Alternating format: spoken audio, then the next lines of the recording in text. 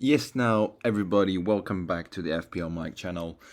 So, unfortunately, last season I couldn't finish the recording for the entire season because there's multiple things. My university just started and got loads of works to do, but here I am back this season for this brand new season. I'm recording a late team selection video for game week 1, and my apologies for not finishing the video, finishing YouTube last season.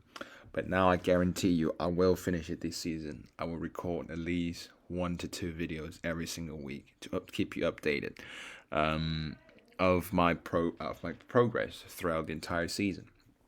And as for the result, last season I finished in 65k, which is not a bad one, but I think the majority boost in rank is coming from the 3 game weeks of AM assistant manager. I got 55 points from all 3 of them, and then in the last few game weeks, it just kind of lost all the momentum and started climbing down a little bit, which leaves me end in 65k. But here we are, back in the new season, and you know, long story short, and we're just gonna start introducing our team first, and then walk you through my thoughts on selecting these players and some of other alternatives that would provide a good value at the same similar price point. So goalkeeper, I went for Barbara Bruggen. He is an amazing 4.5 million goalie, and because of the uncertainty of Queven Kelleher, that's what makes me win for Barbara Bruggen. And of course, there's other choices like Ariola, like a Petrovic, but Petrovic is playing Liverpool in game week 1 and already got a West Ham defender. I don't want to go double up on West Ham defense, so that's what makes me choose Verbruggen as my 4.5 million goalkeeper. And I think for 5 million, it's viable to get a 5 million goalkeeper. I actually prefers Matt Sells over Robert Sanchez because I think Forest defense is a more proven team than Chelsea. With the ACL injury of Levi Colwill, I don't think Chelsea is going to do that great in defense. So in 5 million, I prefer actually who's going to be on my number one rank. It's going to be Matt Sells, and then is Robert Sanchez, and then 5.5 you'll have David Raya and Jordan Pickford. Those are the two that we'll recommend. I'm moving into the back line. So I'm starting up with Pedro Porro of Spurs, who's playing Burnley at home. During the Super Cup last night, you see how attacking Pedro Porro is, and he's getting great defensive contribution points. And he's taking almost all the set pieces and the corners, which makes him an even bigger threat in that offensive side of the Tottenham Hotspurs. And Thomas Frank is a great coach in how to get a team have their own offensive attacking style, and he is a coach that emphasized the use of free kicks and set pieces. So that's why I think Porro is a very good player at that price point. And then he, at the same time, he's got good opening fixtures as well. If you look past the Man City home fixtures, like he's got a lot of great fixtures in the upcoming until game week 9, I'll say. So Porro is a good choice, in my opinion. As for the two other Spurs defender, Mickey Van der Ven or Romero, so Romero will get you more defensive contribution point, but he's also 0.5 million more expensive than Mickey Van der Ven. So it's really up to you. What if you're gonna take a Spurs player? I would prefer Porro or Van der Ven. It just because I think the price point Romero at and what other players can offer at the same price point, which is 5 million, is a lot better than Romero. So I would either go the most expensive, which is Porro, or the cheapest, Mickey Van der Ven. And also you have some like differentials in that Spurs team, like Spencer, because Udogie is injured. So Spencer could be a surprising one in the first couple of game weeks. But other than that, I think if you're going for a premium, Pedro Porro is the one to go for. He's got the attacking threat, he pick up defensive contribution points, and Spurs have a fairly easy opening fixtures, as you would expect it. Similar players in that price point. Reece James, I think, is a great shout at Chelsea. I think he's been underlooked by quite a lot of people. I think what Reece James can offer in the set pieces and in attacking threats is quite unbelievable. The only problem with Reece James is the injury prone, but I don't think that's going to be matter that much because last season he's shown that he can consistently play a very long minute of time. So I think Reece James is another good choice at that 5.5 million range. And the two other one to consider about is it's not Urin Timber. It's too early. Is the two forwards defender Milinkovic and Murillo. Milinkovic got the higher goal threat, and Murillo is a defensive contribution monster. So it's basically depending on which way you're going. You want the more attacking threat, or you want the safe defensive contributions point. And those will probably lead to one of them. And then Daniel Munoz, again, really, really popular, and I think he deserves the hype. 4 goals, 6 assists last season. And Palace have a strong fixture after game week 4 until 8. I think Munoz could be a shout, but the opening 3 fixture is what puts me down a little bit. So that's why I choose go for Pedro Porro. And another player I'm going for is Neco Williams, who's picked up a lot of defensive contribution points if you add them up last season in that wing-back position. In fact, 251 defensive contribution in 2,888 minutes. That's approximately 1 in every 10 minutes, and you need 10 for a defender to get 2 points, which means he'll get those 2 points in most of the time he starts. So I think Neco Williams, he's 0.5 cheaper than the Murillo and the Milinkovic. So, and he's got some attacking threats, so that's why I went for him, because I want to save more money for future moves. And then is Diouf. During the West Ham preseason, I think Diouf is actually the one that's more attacking than Aaron Wan-Bissaka from my observations. He's the one that goes more high up and more like a winger, and where Wan-Bissaka is more focusing on the defensive side. And in the Slavia Prague, he did very well attacking threats for them. So I think Diouf is a better pick than Wan-Bissaka, and he's lower owned than Aaron Wan-Bissaka. So that's why I think going for Malik Diouf is a better pick than Wan-Bissaka. But there's absolutely no problem if you go for Aaron Wan-Bissaka. So that's why.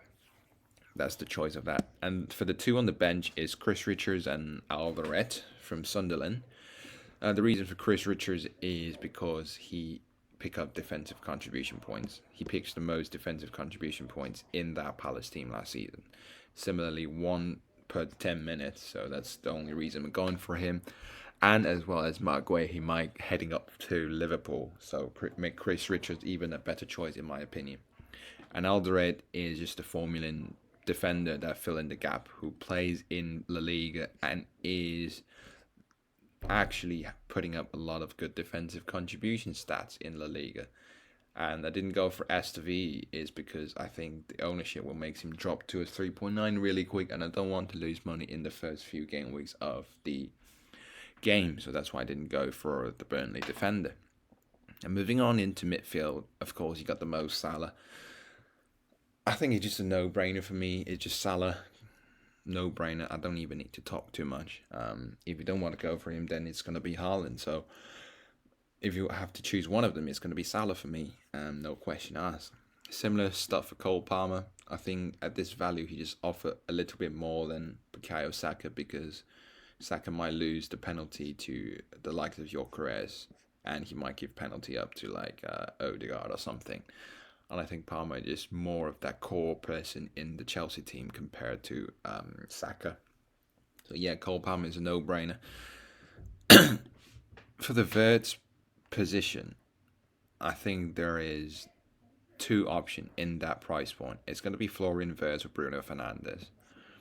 The Wirtz for me has a more upside. He could be very exciting.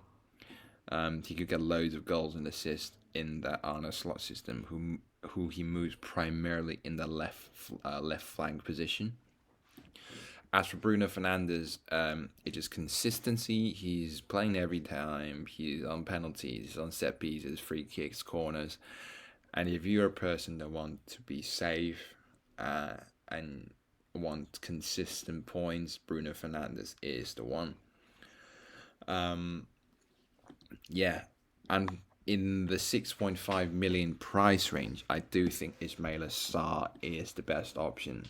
I At first I was going for Mitoma, but then after seeing what Sarr did to Liverpool in that Community Shield, I have no doubt that he can continue that performance throughout the entire season.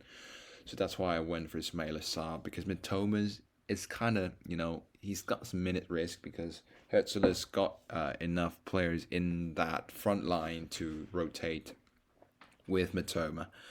As for NGI, I just don't really like his underlying data.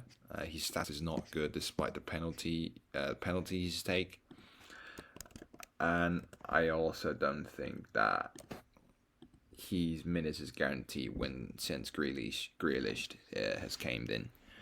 So that's what puts me off Iliman and Jai. And I have to mention a player at 6 million, which is Mikael Damsgaard. I think Damsgaard is very, very good in terms of what his position is in that Brentford side, which I think Brentford's been underlooked by quite a lot of people. I don't think the leave of Mbermo and Visser will cause that much of an issue to his attack because of the likes of Carvalho and Fabian Schär and Thiago, which I think Brentford is not going to be as weak as people think. During the entire season, I think they're gonna do pretty good, and I really like Damsgaard and Carvalho at 5 million. I think Carvalho could be a bargain at 5 million, but keep an eye on him because he starts almost every single week, in every single game for Brentford. Keep an eye on him as a 5 million bargain. As for the bargain player in the midfield, I went for Kiernan Dewsbury Hall. I really like his position in Leicester, and I think he's going to play the number 10 role in Everton, which will allow him to create a lot of opportunities. Even with Grealish coming, he might sit back a little bit, but that means he's getting defensive contribution points instead, which I really like this pick. I think it's a slight differential, but I think his minutes are pretty safe, and that's why I go for him. Of course, if you want a safer option in a similar price point, of course you're going to go for Elliot Anderson, and I don't mind that at all because he's a defensive contribution points monster, and I completely agree with that. So I'm still kind of struggling between whether to go for Elliot Anderson or Dewsbury Hall, but I think I'll go for Dewsbury Hall instead of the higher upside in that potential point. As for front lines, Ollie Watkins is in. No need to say more. Consistent, always going to get you points. And I think for now he's better than Gyökeres. And I think it leaves you an opportunity to get Gyökeres later at this price point. So that's why Ollie Watkins is in for me. And for Mateta, it looks like Mateta is taking the penalty away from Ebrecheze, which makes me choose him. And I think in that similar price point, I prefer him over João Pedro because I just don't think João Pedro's minutes is that secure. Because the lab is not there for just sit there. He's gonna rotate with the lab quite a lot, I think. And for Chris Wood or Visser, Forest didn't score. They scored 1 goal in 7 preseason matches, which I just won't recommend Chris Wood at this point. Similar with Visser because he might leave Newcastle. That's what puts me off a little bit here. But overall, I think those are all good choices. You can have your choice, your picks, but overall, I prefer Mateta and Fulkrug, which is not a surprise pick, I'll say, because he played with GW1 up front in West Ham preseason game, and I think as long as he can stay healthy, he's gonna be balling the entire season. So at 6 million, I think he could be a outstanding players up there. And in a similar price point, it's just gonna be Strand Larson for me. I think Larson is very consistent. Who's gonna be on penalty as well. So that's why I think I might upgrade Phil Crook to Larson, and I might even downgrade Mateta to Evan Nilsson because I like Evan Nilsson as well. And for the backup keeper, of course, is the Dubravka of Burnley, who's the most likely 4.0 keeper that's gonna get playing time, and of course, he also got the risk of his price gonna go down. Yeah, I think that concludes today's video. It's not a long one. Again, I apologize for not finishing last season, but on YouTube, but I'll try my best to keep you updated on the content of my team throughout this season. Hope you all have a great season, and don't forget to subscribe to the channel. And we got more and more exclusive content uploading every week. Thank you very much, everybody. See you next week.